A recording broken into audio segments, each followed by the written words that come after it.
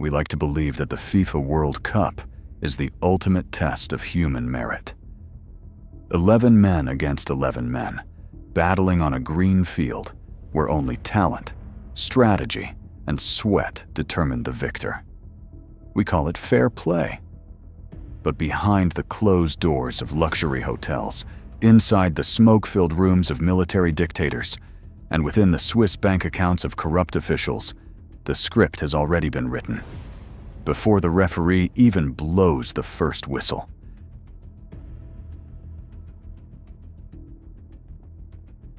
Imagine a World Cup match where a national government needs a 4-goal victory to survive a political revolution. A match where opposition players are allegedly threatened with execution, and grain ships filled with free food are sent across international borders as a hidden bribe.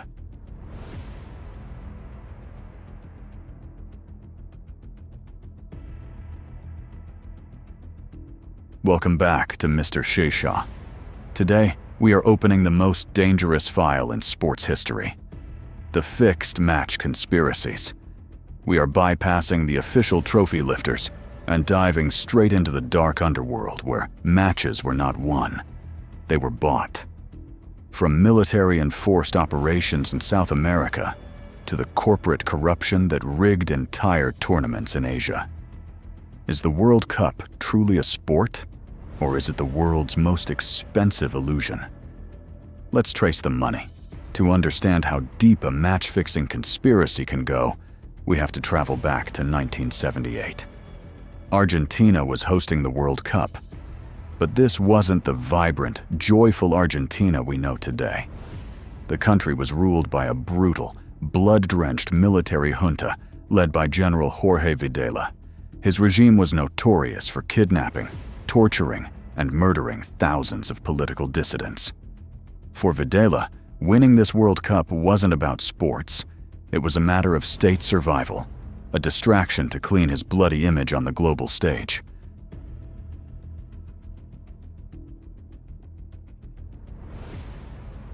The tournament reached its second group phase. Argentina was in a group with their bitter rivals, Brazil. On the final day of the group matches, Brazil played earlier and beat Austria 3-1. This meant Argentina knew exactly what they had to do to reach the World Cup final. They had to play Peru, and they had to win by at least 4 clear goals. Anything less, and Brazil would go to the final. Under normal circumstances, this was impossible. Peru was a world-class team with one of the best defenses in South America, led by the legendary Teófilo Cubillas.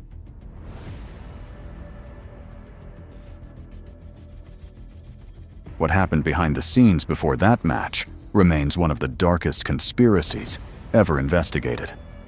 According to historical accounts and testimony from Peruvian Senator Genaro Ledesma, General Videla himself, accompanied by U.S. Secretary of State Henry Kissinger, walked directly into the Peruvian locker room just minutes before kickoff. They didn't come to wish them luck. They came to deliver a cold, silent political message about South American solidarity. When the match began, the Peruvian team looked like ghosts. Their legendary defense collapsed into thin air. Players were misplaced, attackers stopped running, and Argentina swept through them with ease. The final score? 6-0. Argentina got the goals they needed. Brazil was eliminated in absolute fury, and General Videla celebrated in the luxury box. But the paper trail revealed a much more sickening reality.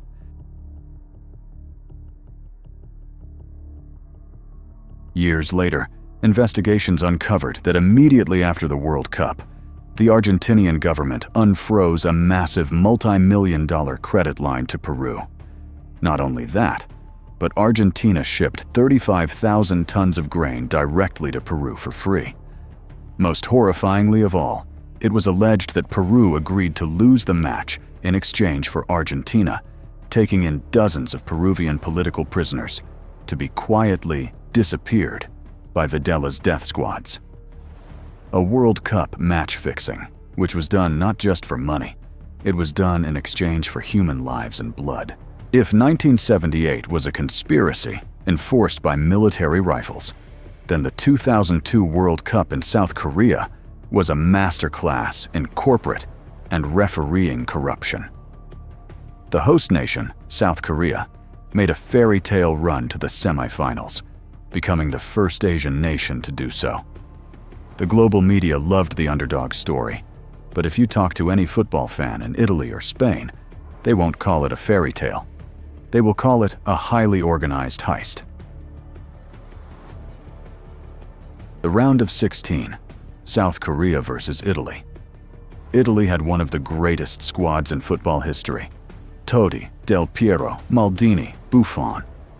But they weren't just playing against 11 Korean players. They were playing against the man with the whistle, Ecuadorian referee Byron Moreno. Throughout the 90 minutes, Moreno allowed horrific, bone-breaking tackles from the Korean players to go completely unpunished. He disallowed a perfectly valid golden goal by Italy's Damiano Tomasi for a non-existent offside.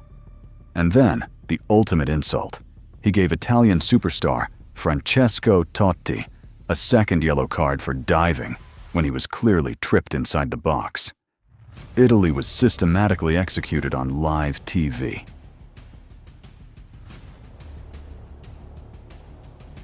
The story gets wilder.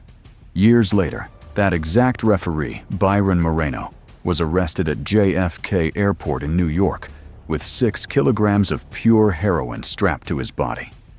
He was a criminal, masquerading as a FIFA official. But the conspiracy didn't stop with Italy. In the very next round, South Korea faced Spain. During the quarter-final, the Egyptian referee Gamal Al-Gandour disallowed 2 perfectly legal goals for Spain. One was ruled out because the linesman falsely claimed the ball had crossed the goal line before Fernando Morientes headed it in. Camera replays showed the ball was clearly inside by inches. Spain was knocked out on penalties. The international press was in uproar. How could the 2 biggest football superpowers in Europe be destroyed back-to-back by bizarre refereeing errors? To understand why these matches were allegedly rigged, we have to follow the money straight to the head of the snake, the FIFA Executive Committee during the era of Sepp Blatter. In 2015, the FBI raided a luxury hotel in Zurich, arresting top FIFA officials and exposing a multi-billion-dollar systemic ring of bribery, racketeering, and vote buying. The corruption was institutionalized. But how does faking a World Cup match benefit the people at the top? It comes down to 2 major forces: global TV ratings and the Asian betting underworld. First, let's talk about ratings. If a host nation is eliminated in the first round, the local viewership crashes, stadium ticket sales skyrocket down, and sponsors lose hundreds of millions of dollars in the local market. Keeping the host nation alive for as long as possible is a corporate goldmine for FIFA. Second, and more dangerously, is the black market betting industry. Famed investigative journalist Declan Hill, who spent years infiltrating Asian match-fixing syndicates, proved that international syndicates have successfully corrupted referees and players at the highest levels, including the World Cup. These syndicates don't fix the whole team.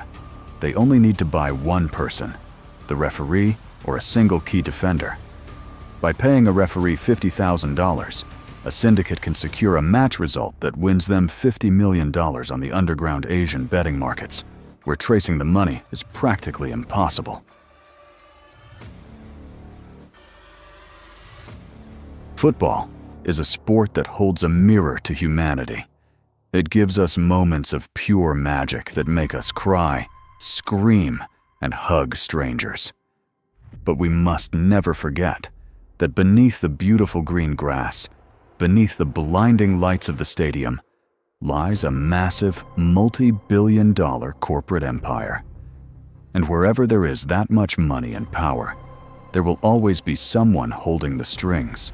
writing the script before the players even lace their boots. What is your take on this? Do you believe the 6-0 blowout in 1978 was a pure political bribe? Or did Peru just have a bad day? Was the 2002 World Cup campaign of South Korea a genuine miracle or the biggest robbery in sports history? Let us know your deepest theories in the comments below. I read and replied to the most controversial ones. If you loved this entire World Cup mystery series, smash that like button. Subscribe to Mr SheSha for more deep dives into the hidden layers of our world. And click that notification bell so you never miss an investigation. Until next time, stay sharp, follow the money, and keep questioning everything.